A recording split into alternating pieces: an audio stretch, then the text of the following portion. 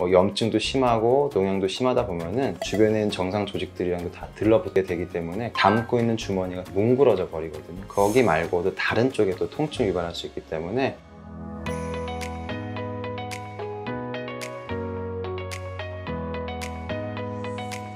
안녕하십니까. 청주 서울아산해외과 대표원장 오세현입니다. 오늘은 피부 양성 종양에 대해서 궁금해하시거나 많이 질문해 주셨던 그런 내용들에 대해서 설명드리고 알려드리는 자리를 갖도록 하겠습니다. 안녕하세요 원장님. 양성하고 악성의 차이로 말씀을 주셨는데 왠지 느낌상 답을 듣고 나니 양성은 안 아플 것 같기도 하거든요. 양성은 통증이 동반하는 경우가 있을까요? 양성 질환이라고 흔히 큰 문제가 없는 경우도 있지만 이게 통증 유발할 수가 있습니다. 그게 어떤 경우냐면은 양성 종양이 크기가 큰다든지 그게 주변에 있는 어떤 혈관이나 신경 같은 거 누르는 경우가 있거든요. 다른 중요한 구조물과 이렇게 엉겨 붙는 경우도 있기 때문에 이런 경우에는 방사통이라 해가지고 거기 말고도 다른 쪽에도 통증 유발할 수 있기 때문에 이런 부분들이 확인되시면 꼭 가까운 병원을 좀 확인해 보시는 게 좋을 것 같습니다. 그리고 아까 전에 말씀드린 겉으로 드러나는 건 작은데 안은 클 수 있다라고 하잖아요. 그 크기와 상관없이 뭔가 진단이 좀 어려운 경우에는 검사를 하시는 경우도 있으신가요? 보통 이게 밖에서 뭐가 만져지거나 좀 부어있거나 할 경우에 보면은 단순하게 피부에만 이렇게 국한된 게 아니라 안쪽으로 많이 퍼져 있는 경우가 있거든요. 또 하나는 안쪽에 있는 그 혹이나 주머니 같은 부분들이 거기만 있는 게 아니라 주변에 이렇게 염증처럼 부어있을 수도 있기 때문에 일반적으로 피부 양성 종양이나 아니면 뭐가 만져졌을 경우에는 초음파를 보는 경우가 많습니다. 초음파를 통해서 밖에서 보는 것 뿐만 아니라 안쪽에도 어떤 병변에 문제가 있는지 좀 체크해야 되기 때문에 보통은 초음파까지 같이 하시는 경우가 좀 많죠. 마지막 질문 하나만 더 해볼게요. 의학 드라마를 보면은 암의 모양이 좋지 않아서 되게 심각합니다 이렇게 얘기하실 때 있으시잖아요. 양성 종양 같은 경우도 모양이 막 이상하게 나오거나 매끄럽거나 거칠거나 이런 차이들이 병변의 심각성을 좀 달리하는 게 있을까요? 암 같은 경우도 모양 가지고도 병변의 어떤 진행도를 좀 판단하는 기준이 될 수도 있는데 양성 종양 같은 경우도 보면 염증이 심하지 않을 경우에는 주머니가 예쁘게 이제 그려지는 경우가 있거든요. 주머니가 저희 초음파 봤을 때도 이렇게 잘 나와요. 그런 경우에는 수술적으로 제거할 때도 예쁘게 떨어지고 저희가 봉합을 할 때도 쉽게 잘 봉합이 되는데 이게 염증이 심한 경우에는 그 주머니가 다 깨져버려요.